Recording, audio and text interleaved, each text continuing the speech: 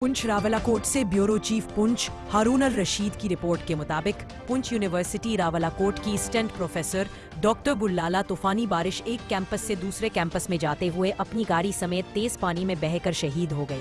Doctor گلالہ کا تعلق راولاکوٹ کے نواحی گاؤں سے تھا، حال ہی میں امریکہ سے پی ایچ ڈی کر کے واپس آئی تھی۔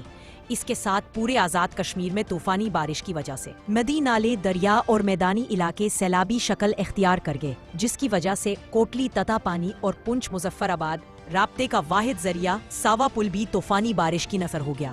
ادھر دریائے پنچ میں بھی اونچے درجے کے سیلاب میں بھارت کی طرف سے مائن بارودی مواد بہہ کر آزاد کشمیر کی حدود میں داخل ہو گیا۔ انتظامیہ نے عوام کو ایسے خطرناک مواد سے بچنے اور شدید بارش میں دریاؤں، ندی نالوں کے قریب جانے سے منع کر دیا۔ عوام غیر ضروری سفر سے گریز کرے۔